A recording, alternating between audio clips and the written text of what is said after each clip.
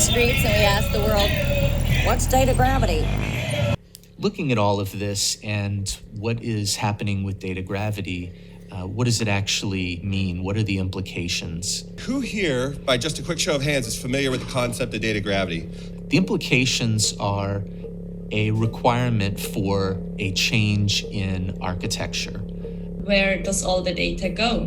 Data growth is exploding, and ironically, the amount of data which we can store is not even remotely keeping up with the amount of data we're generating. If you ask when are we sharing data, the answer is all the time.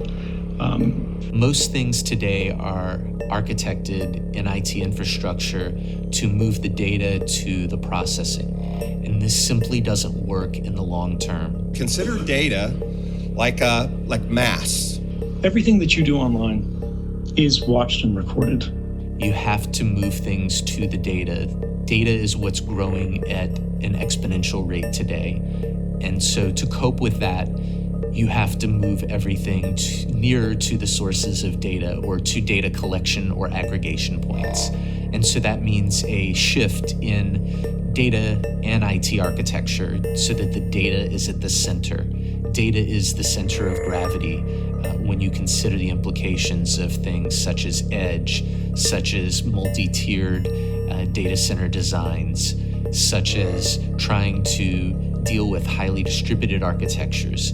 You have to deal with the data and consider the data first. Data, the new gold, the new oil, whatever it is, it's the commodity of the entire world. The way I like to think about it is there is no idea on Earth today that isn't digital and live in a data center. So as data grows and accumulates in size, it begins, instead of you pushing the data towards services or applications, you begin pulling applications and services to the data. For infrastructure providers, large enterprises, really virtually any company.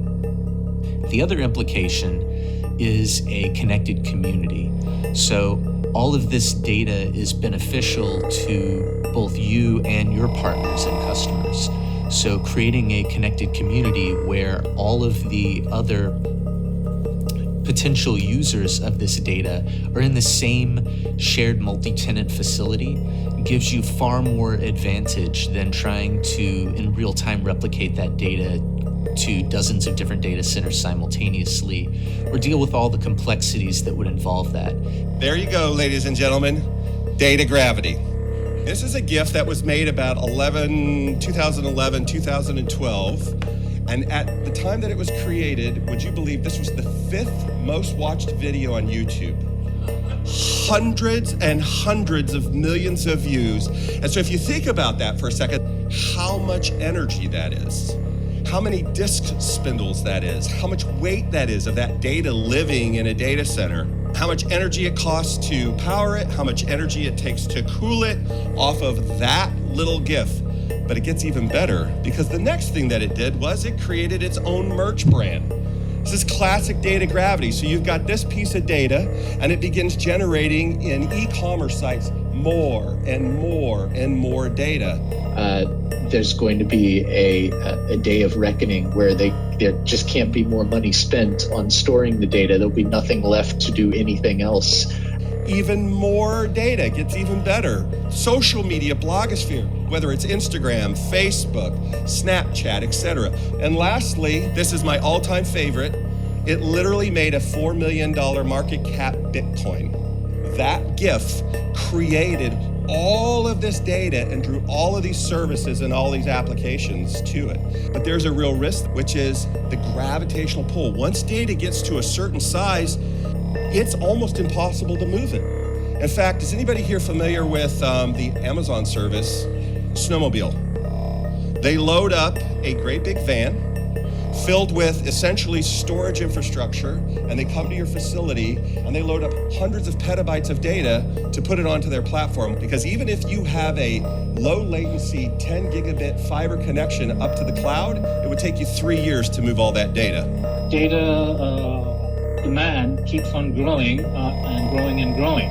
If you look at the dark blue lines here, the existing some subsea cables capacity that can go through the cables.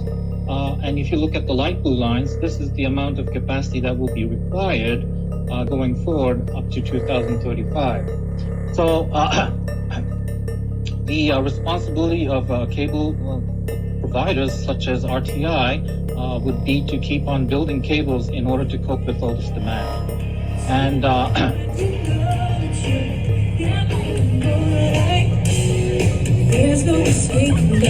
so I love the data-centric architecture. I love that it unlocks data gravity. Yes. Right? Yes. Data gravity is not a bad thing. It's not a good thing. It's just a thing. And if you plan for it, you will be a digital leader. If you fail to plan for it, you will be a digital lagger. Don't be a digital lagger. Be a digital leader. My theory, my postulate is that, the new guns and germs of steel is containers, microservices, and data gravity, and that becomes the global connected communities of data, bringing together the service provider and the enterprises at centers of data, creating a new value outcome and realizing the potential of a data-enabled world which is unbounded for all. So really, you have to invert the architecture and you have to have a connected community approach in order to have a successful solution really in the future. So next steps. First, if you're attending this session, you will receive the updated Data Gravity Index 1.5 via email when it's released.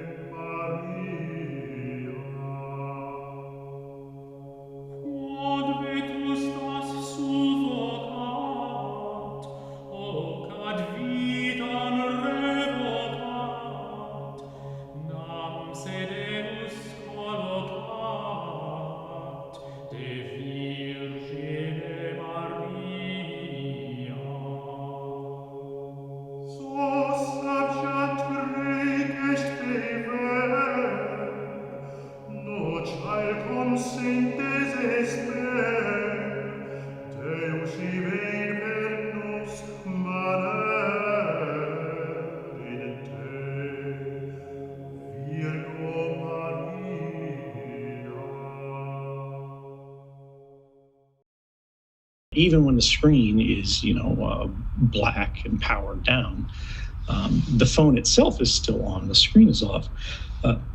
But it has a series of connections called keep alives and things like that are saying, we might want an update from this weather service. So let's make sure we have that connection up and operational, so the next time you turn your phone on, it's instantly there, it's up to date, it's already requested the most recent information.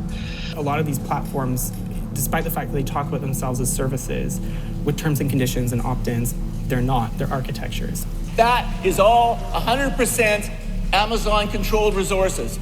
That's AWS. If you're flowing between one region and another, it's flowing on that network. There is a path across the internet that must be made to everything that you're seeking to retrieve. The internet is not magic. It is a series of cables buried in the ground. It is satellites in the sky. It is radio towers with cellular radios on them. That network is managed by one company. It's not passed from one provider to another transit provider to another interconnection site to another interconnection site. The cloud, as we conceive of it, just means other people's computers, right? As you cross this path, other people can record these requests, and they do. It is the business model of the internet to track human operations, human behaviors, human activities, and then to try to transform them into money. Most company strategies were about evolution, then revolution, and now to what we're calling disruption. I call this, going back these 10 years, 21st century architectures. My rule is, if you've got a packet, the more people that touch it, the less likely it is to get delivered. It's as simple as that. It's just one administrative domain is way better than many administrative domains. For example, half the world is using Gmail, right? Even if she is not a Gmail user, if she emails a Gmail user, Google now has a copy that there is a woman that has a child before this child has even been born. We live now in the environment of observation before we live. Super intelligent aliens out there, they're probably already observing us. That would seem quite likely. And we just are not smart enough to realize it.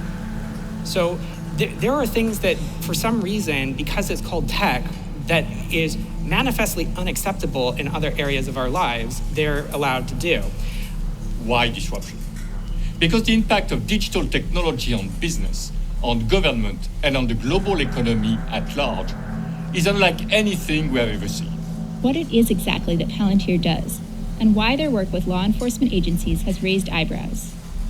They observe us all maximally because it's an automated process. Machine learning and other technologies to better curate the data is going to become critical. Und vielleicht noch ein Satz zum Thema Daten. Wir sagen immer, Data is an asset, Data is the new oil und so weiter und so fort. Daten für sich genommen sind absolut unproduktiv. As a notional example, an escalation could start with something as simple as the Chinese military conducting a routine exercise in the South China Sea. They want to take the data, they want to monetize you and make money off of you, but when there's a problem, they want to push it to something else and say it's really complicated. The current environment is very different from 10 years ago. Today, big companies and even mid-sized companies could be disrupted and could disappear. So the name of the game is to be the disruptor, not the disrupted. They want to design essentially surveillance networks inside of physical constructed space, right, including in your living room, where for the first time in human history, you are sitting in your own house and you are never alone because the ambient environment is watching you, thinking about you, and constantly trying to seek to change, influence, and optimize your behavior. And if we put people in an environment where their house thinks about them and constantly talks to an ad network, and that ad network also talks to their children's toys, and that it talks to your car, and your car decides whether or not you should be on time for work depending on the subscription package that you have for the self-driving features of that car, where your refrigerator starts buying things for you, right? Where all of a sudden you become completely infantilized. Companies must articulate bold and very disruptive strategies that leverage digital-related technologies in order to change the game. if you say to a person, all right, well, if you want to protect your, human rights, your privacy rights, don't use the internet. I mean, it's like saying if you don't want to be electrocuted, don't use buildings. In other domains where infrastructure is at play, whether that's a physical architecture or, an energy infrastructure, water infrastructure, we don't talk about personal responsibility there. We talk about, is what's being built safe?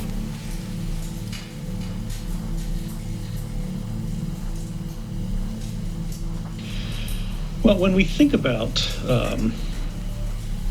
the world as it currently is, we are told that there's this grand bargain that we have entered into of free products and services that are very sophisticated, they are universally available, and you can use it right now. Just click OK to continue. Well, this illustrates the picture of the future that I think is how things will evolve. You've got an electric car in the driveway. If you look in between the electric car and the house, there are actually 3 power walls stacked up against the side of the house. And then that house roof is a solar roof. So that's an actual solar glass roof. Okay, so those that's a picture of a real. Admittedly, it's a real fake house. That's a real fake house.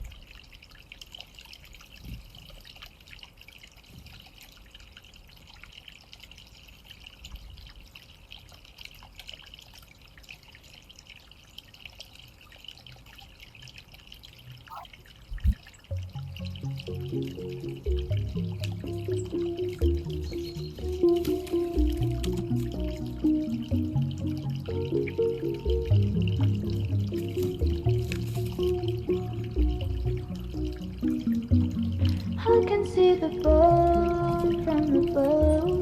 The sun is rising at the rising beam. All the people falling in love.